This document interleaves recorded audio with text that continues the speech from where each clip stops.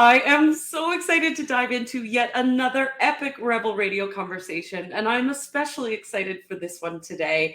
I have someone who has been my mentor for 5 years, who has become one of my dearest friends, and is now my business partner, Joy Kingsborough. Welcome to the show. I'm so excited to be here. We're going to have so much fun rebelling it up. Always do. This is your third time on the show. I'm so excited. So let's just dive right in. Tell me what your biggest takeaway has been when it comes to numerology. Oh, wow. Okay. The biggest one. Okay, let's just dive right in. The biggest takeaway for numerology, when I think back to, I've been playing with the numbers my whole life, but I've been really channeling messages around numerology for the last 20 years. And during that time, I would say the takeaway has shifted a bit because it's gone from a personal takeaway in my own story to a much bigger takeaway. And that takeaway is numerology has the power to awaken anyone who's open and curious and listening, to awaken them to themselves in a way that sparks self-love, success, expansion, wealth, well-being, that it can be the catalyst for an extraordinary life. And it need not even be fully understood to be that kind of a catalyst. And so I think that because of the power of that, my biggest takeaway is when we're navigating with the numbers, when we are playing with numerology, we are playing with a conscious energy that we don't fully understand, that loves us so much that it's the greatest experience of gratitude I've ever felt. To be loved by the universe, to be loved through the flow of this incredible, I want to call it a modality, but it's so much more.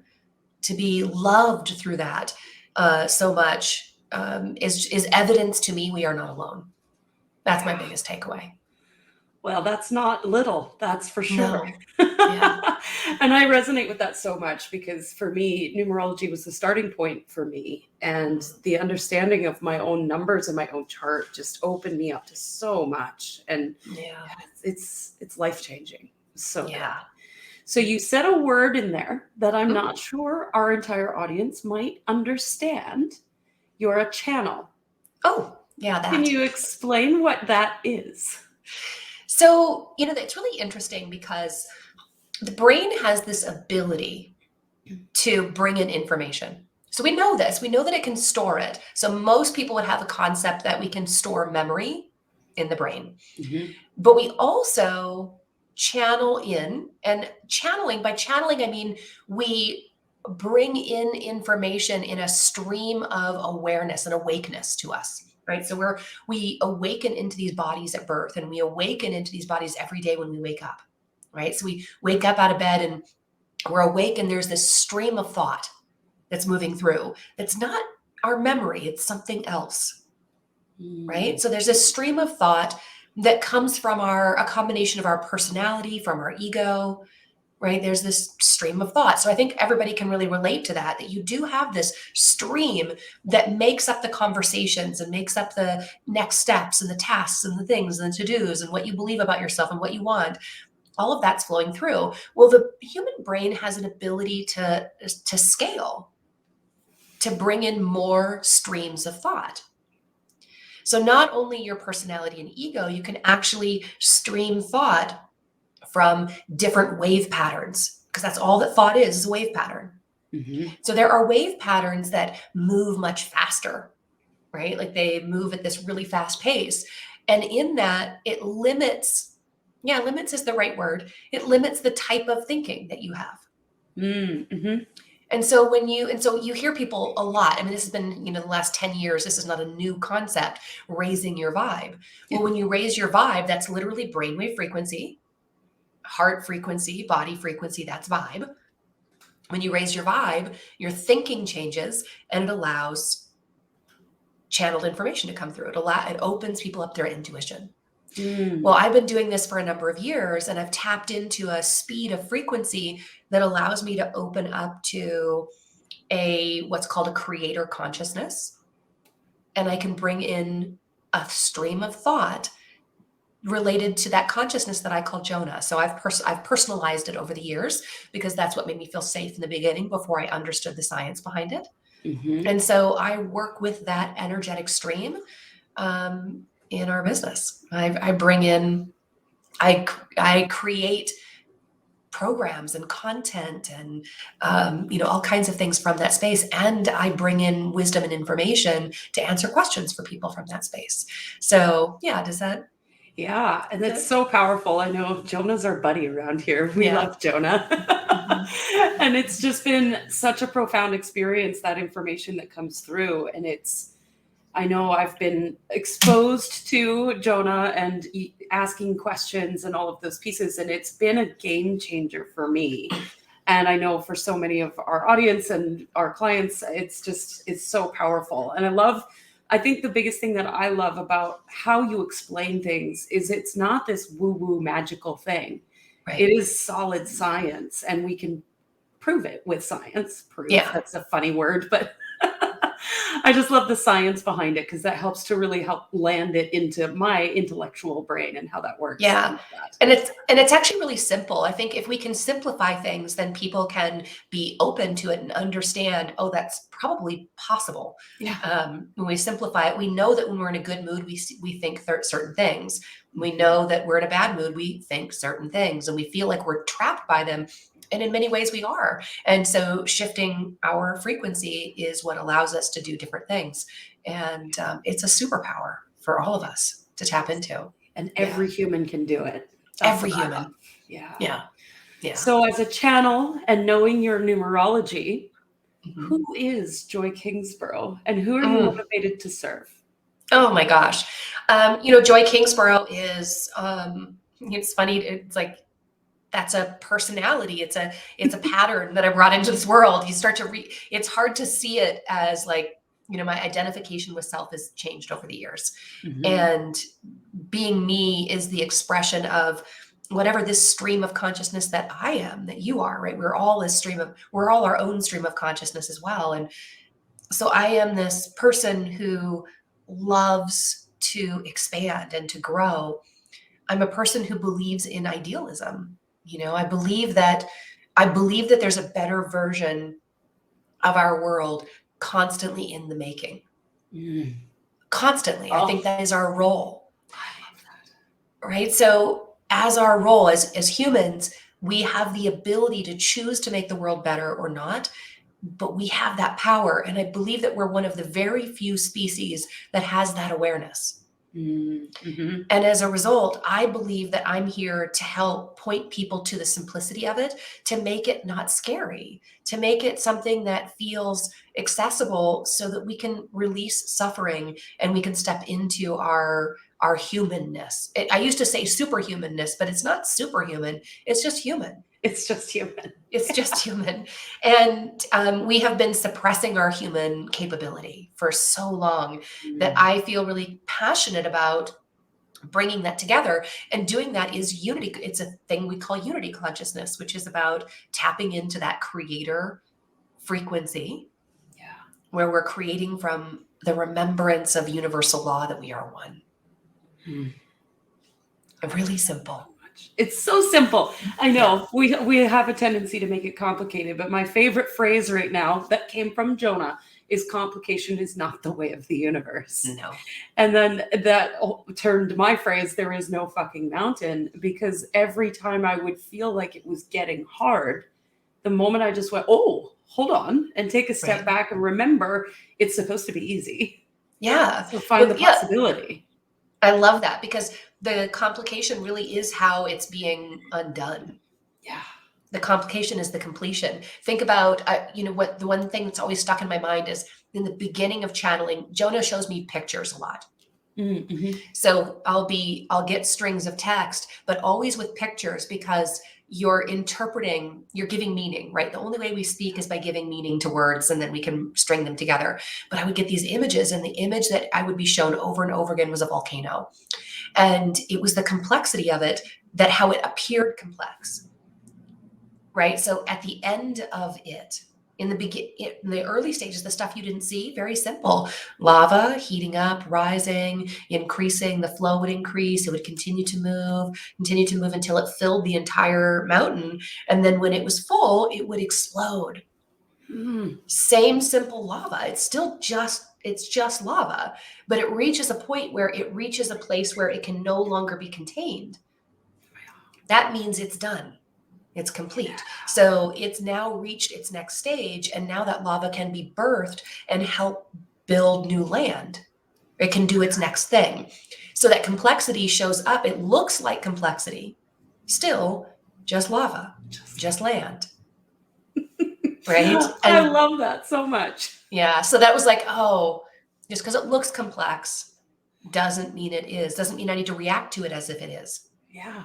Just let it blow up because there's no mountain. Right. Yeah. So if you step back from the world events right now and you look at the explosions that are happening, literal and figurative, you can look at that and go, I see. This is just all of these emotions that humans have tried to suppress for so long. Their inability to understand their own emotional mastery, their inability to know that their emotions mean something, that they can create. And as a result, they kept thinking they could keep it in.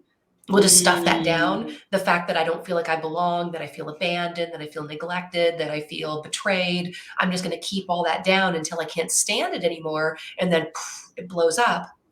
And then it looks complex, but it really is a world of humans. It's not a whole world. It's not the whole world. It's just the world of humans has had enough. Yeah. Well, there you go, folks. 2020 and 2021 in a nutshell. Explained. I love that so much. So what do we build? Sorry, I'm just like, I get so excited. What exactly, which leads me to my next question is, what do you desire most in life? Oh. So what do we build? Right? Well, the only way I can answer that is what do I want next, right? And because there's always something for us to participate and build, but I want to build, I am building, we are building, right? We are building a space that is a community. It's I feel like I can't quite find the right word for it. A pathway. A pathway to walk forward, to see that there is potential beyond that. With this explosion of the world, the explosion doesn't need our attention, right? It needs space to grow new land, to become potential again, right? The lava needs to cool, right? So society needs to cool, and while it's cooling, I want to be over here building a place for people to be, so that we can say, that's going to become more space for us to be unified, to be collaborative, cooperative, to be creative, to be expansive, to bring new ideas in. And in order for us to do this, we've got to let that world come undone.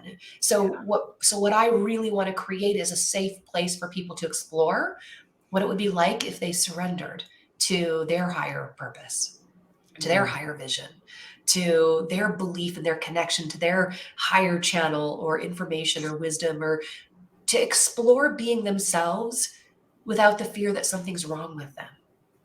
Ooh, yeah. That's what I want. To explore it without being afraid that there's something wrong. Because there's nothing wrong. Right. And so if you're hearing something, if you're seeing images, like I remember when I was seeing images thinking, I don't know if other people see stuff like this. Right. And then realizing, other people see stuff like this. Right. And so speaking it for the first time feels really scary. But when you're in a community of others who are seeing it too, you start to go, there's too many of us having a shared experience. Yeah. For this to not be something to pay attention to. Maybe I'm not so weird after all. Right. And it's making my life better, not worse. Yeah. Right. So, you can look at that from all kinds of, I always look at it from a clinical perspective of, is that a mass psychosis? Well, I'm feeling better. I'm living better. Psychosis doesn't generally lift you up. It usually breaks you down. So by that estimation, it might be a shared vision of something we can't explain yet. But I think that's all it is. We just can't explain it yet fully, although we can explain it far more than the mainstream is aware. Yeah. There's actually far more science than any media outlet or political leader wants to give any credence to or pay attention to or read, or, I mean, it would completely shatter their game plan to pay attention. But the science is there. Yeah. Yeah, that's what I love, is that there's always the science there to give the brain something to hold on to in things that we don't understand, Yeah. which leads me into, and we touched on this a little bit, but unity consciousness. Yeah. What is that? Well, I mean, let's just break the words apart to make it really simple for everyone. So unity is about being together. So that can, excuse me, that can be interpreted a lot of different ways, right? We hear the word unity thrown around, and unity generally in society's terms at this time in history usually means when everybody believes my way, then we're in unity, right? We'll Can you unify imagine when if we all believed the same thing? It would be really boring. right. But they're like, well, when you get it right, then we'll be in unity, right? So that's not what unity means. No. Unity means we all belong. Yeah. So every idea, every thought, every feeling, every experience belongs. Yes. And it's coming to the conscious awareness of that. So unity consciousness is that this is true. If it weren't true, it wouldn't be happening. If it didn't belong, it wouldn't be here. Sorry, guys. If it didn't belong, it wouldn't be here. We're unconscious to that truth. Yeah. Unity consciousness is about becoming conscious to that truth, which means you begin to decompartmentalize your thinking process. So that's the beginning of getting there, is so you get to the place of, oh, we are connected. Everything and everyone belongs. And I am consciously aware of that, which means I change the entire paradigm with which I live my life. Mm. Yeah. It's Right? so powerful. And that was one of my biggest awarenesses, because anger has been my go-to emotion when I'm triggered or something happens in my life. I'm like the volcano, I blow up. Mhm. And I used to judge myself so much for that anger, because in society we're taught to numb it, dumb it, drug it, Netflix it, feed it, whatever, because we're not supposed to, quote unquote, feel it. Right. And that was my biggest awareness of, what if it was okay to just feel it? What if this Right. anger also belonged? Right. And everything in my world changed when I let anger belong. Yeah.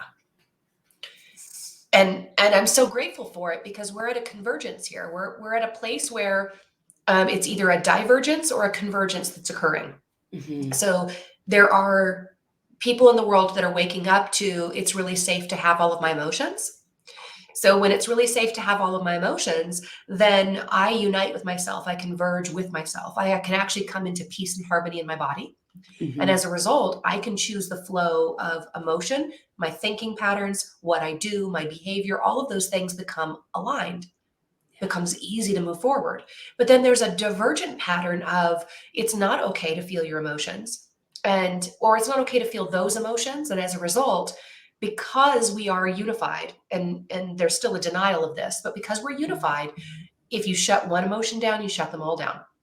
So if you can't feel anger, then you stop feeling joy. You only feel artificial experiences of that. You feel euphoric bursts of drug-induced expansion. You feel neurological bursts. They're not emotional.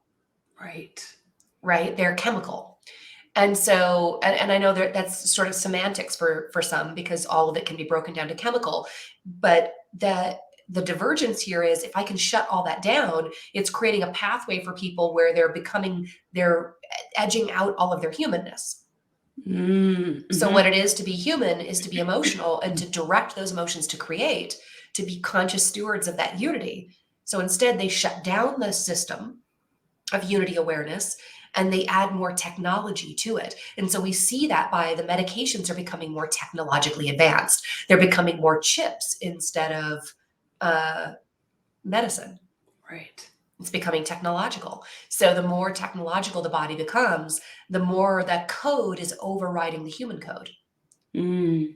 And so the code of our own emotions is being shut down, all of those things. So people are choosing either pathway right now. And it doesn't need to be that way. One of those pathways is really expensive. One of those pathways is not scalable, right? Because you'll always be dependent on the technology. If you need technology, you'll always need it. So you'll need to be plugged into it all the time. But if you're plugged into you, right? If you are using your own emotional stream, if you're a conscious steward, if you're creating from within, you need nothing. Yeah. You're not controlled. You're totally free. Nothing owns you. The implications of this is huge. Right. And It's massive power. Every time you and I have these conversations, my mind just goes, whoa, even though I understand it, it's still just another level of awareness. Thank you for sharing. It's so good. Yeah. So with this concept of unity consciousness, how does this meld into building a business as a healer, as a coach? How do we utilize this to build a new pathway when it comes to business? It's actually so simple. Oh my Of course gosh. it is. Let me clear my throat. Get ready. But if we think about how the hard part isn't the business. The hard part is deciding that you're willing to go all in with you. Isn't right? that the truth? So I'm going to listen. I'm going to, what is that sound? What is that in the back of my mind? That little voice that's like, hey, I love you. We got this. And then we drown out. Being willing to listen to that and let it get louder and louder. That's the hardest part. Once you have that, going into business is about listening, being willing to have the mind and the heart on the same team, to learn how to bring them together so that you can come into alignment with that feeling. You have to learn what your feelings are and give them meaning, give them meaning that is useful to you in creation so that you can feel that feeling. What does it feel like when I'm a success? What does it feel like when I'm creating things that are for me?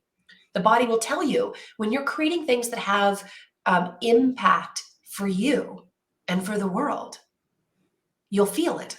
There is a feeling in you that's like, oh, that's creating impact for me and for others. Yeah. I can feel the universe is supporting me. You can actually feel it. You can develop that, and that's a big part of our work, right? Is developing that feeling state so that you can not only hear it, but feel it. And then you can ask that part of you, what do we do next? What do we do next? And to be willing to ask that over and over, instead of asking how, which if you're listening right now, there's probably a million of you going, how? Well, imagine if it was what's next instead. What if that was what was playing on repeat? What's next? What's next? Because that's what's playing on repeat for me. And so in business, when we apply that, it's what's next? Do I have, holding a big vision? What's the vision of the business? Mm-hmm. And is it something that I truly want? What do I want? And am I willing to trust the next steps for it?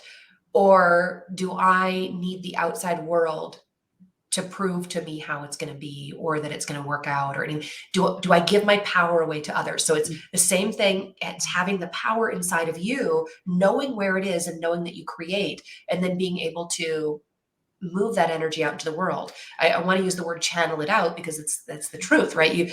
You are a frequency of consciousness and you can channel that out. So that becomes actions. When I listen to that, I get a next step every single time. Every time, yes. Every time.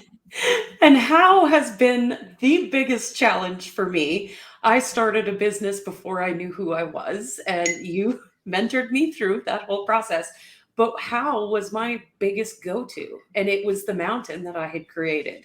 And because I always thought, well, if I just knew how, then I could figure this all out and get what I want. Except that how's the biggest dream killer? Right. And I remember you saying to me one time, if you knew how, you'd already have what you want. Right. It's not your job to know how. Right. And you would hate it. It'd be so boring. It'd be like, oh, how? Oh, like this. Okay. Right. Just repeat your past over and over and over again. Right. It's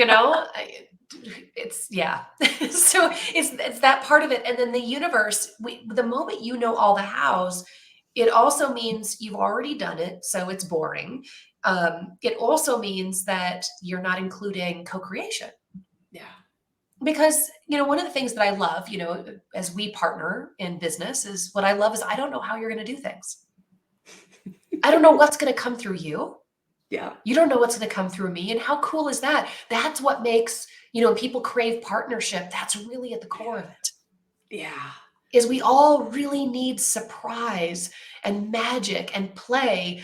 And so we want the universe to be with us through others and through the experiences we have out in the world. We want the universe to show up. And so often when people need all the hows, they're distancing themselves from universal support. You can call that whatever you want, source energy, God, goddess, it doesn't matter. Yeah. But when you behave as if you're alone, then you constantly create burden, and hustle and burden are the response, which means you need a how because you must create hustle and burden. Oh my gosh, I can so vouch for this. This is like you're Right? speaking my life 4 years ago. Yeah. I love that so much. So when you're asking how, you're actually shutting off magic. Totally. 100%. Oh my gosh, I love that so much. No more house. There's no fucking mountain. No more Right? house. Yeah. I mean, you go watch a movie that has like fantasy or some sort of magical element to it and just watch what it is that makes that interesting. Yeah. Is that you don't know. You got sparkles in the sky and something happens. We're all craving some sort of magic. Absolutely. Oh my gosh, Right? I love that so much. So Yeah. good. And I mean, really, you want to bring it down to the basics, some of the 6 basic needs of humans. We need certainty Right. and uncertainty. Right. We And can't that's be the magic. in constant certainty. It means we're being controlled. Yeah. And boring as all get out. Right? Yeah. So what kind of rituals or habits do you have in place for yourself when it comes to unity consciousness in our business and just in your life in general? So for me, ritual is something that I love ritual. And we, teach quite a bit of this, the importance of it. Ritual makes up about, I would say, 10 to 20% of my life. It's not a huge part of it. The biggest part of it is always the listening to what's next and listening to whatever the intuitive nudge is. So number one, I'm always willing to pivot every single day, every single moment, including my ritual. Yeah. But ritual is important. There are things that are that I'm constantly creating momentum with, that I want my life to always include, which has to do with love and self-care. So number one, my morning is really always mine, no matter what. So even this last week, I was not well, lost my voice, and yet I still woke up and had space for me with the body, with the way that it was, that had nothing to do with, trying to be okay and make it through. It was really about being with me. Yeah.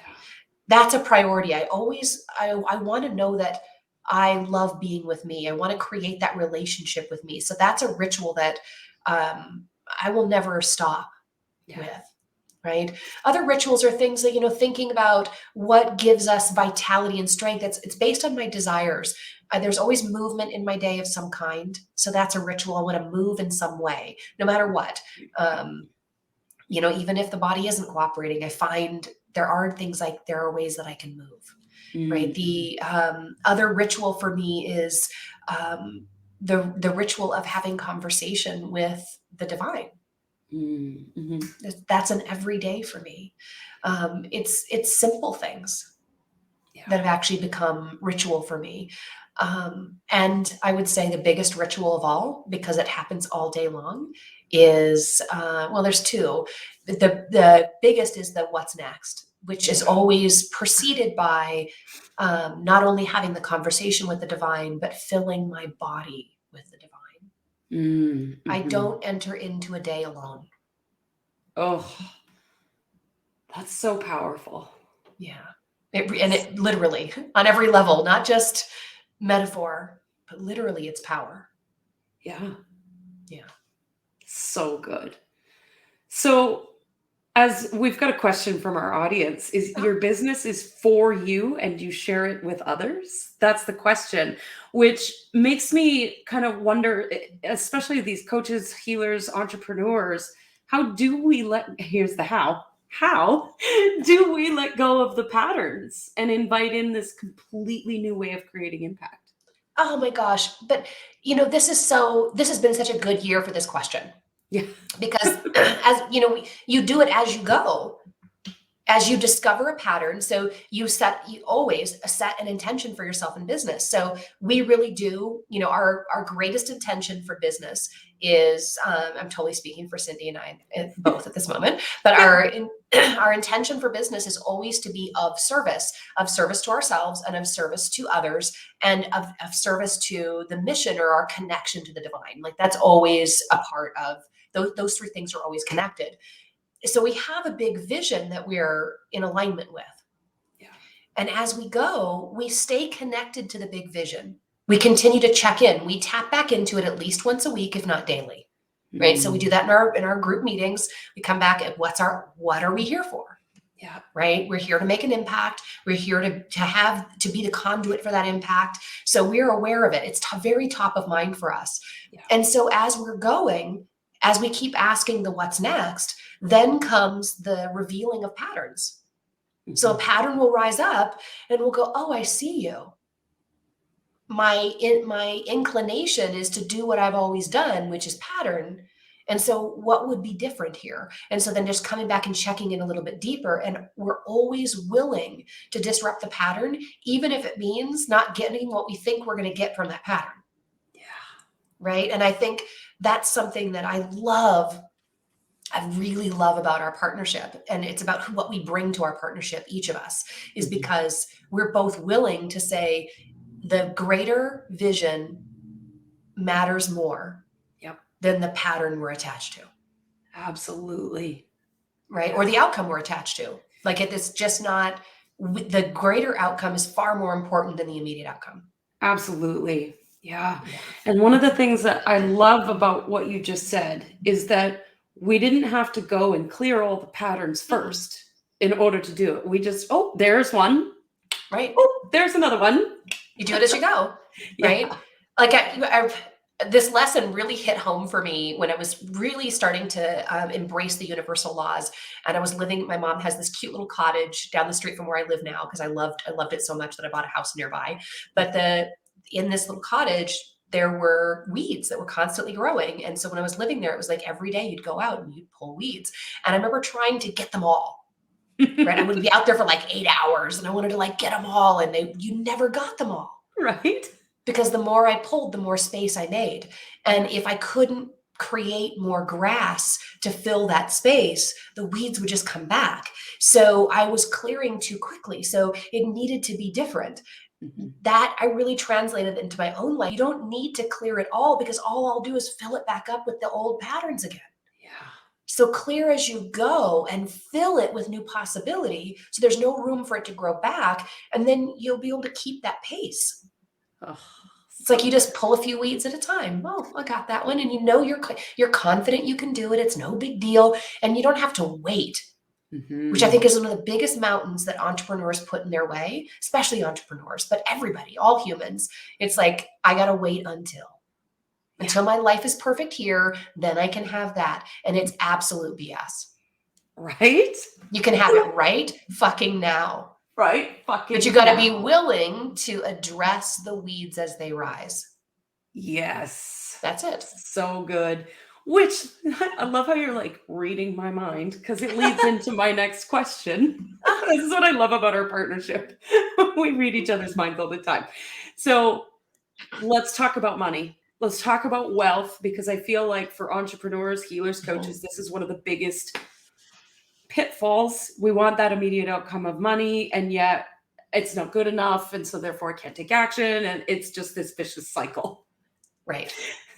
What is wealth? Sorry, it's it's different for everybody, right? I mean, wealth means something different for everyone. Yeah. Most of the time, I think it might be helpful to address that what you just talked about isn't wealth. That's a desire for money that's actually disguising fear. Yeah. right? It's that fear I'm not enough. It's the fear I'll never belong, that I'll never be included, that I'll always be abandoned, that, all of it, it's all the hiding of those core wounds. Mm-hmm. And so if you want to create more things to help hide your core wounds, you can keep going on that path. But that's all you do. Done that. Right? So everybody knows you get more money and then you just have more wounding, right? And so then it's like literally you're just using the money as a Band-Aid, which means it's disposable, which means it goes away and then you have to get more. And so when you shift into what wealth is, you can feel it. Wealth is the flow of well-being, not a wound, right? So this is, I am well, I am whole. And it was as a result of being whole, there's no reason that I would stop myself from experiencing financial wholeness, physical wholeness, right? Emotional, mental, friendship, relational. I wouldn't stop myself from experiencing wholeness, which is what wealth is. So it's a flow of that wholeness. Mm-hmm. And money just shows up to do that. Money just goes where the flow is. It is unfortunate for money, but fortunate for money. It relies on flow. Yeah. So even if it wants to be with you, even if you and the little dollars had just this massive love affair and it really loved being in your bank account or your little shoebox or wherever it is, even if it just loved it so much, it would not be able to fight the pull of flow. Mm-hmm. And it would find a way to be stolen from the shoebox, or it can't fight the flow. What is that? Is that Justin Timberlake? He can't fight the feeling. He can't stop that. He can't stop it. That's how money is. Money's like, I gotta go. Sorry, I really want to be here, but I gotta go. Yeah. So that's what it is. It's this flow of well-being. I love that so much. So good. So most of our audience is the healer, the coach, the change maker. And we're in the midst of this volcano that's blowing up.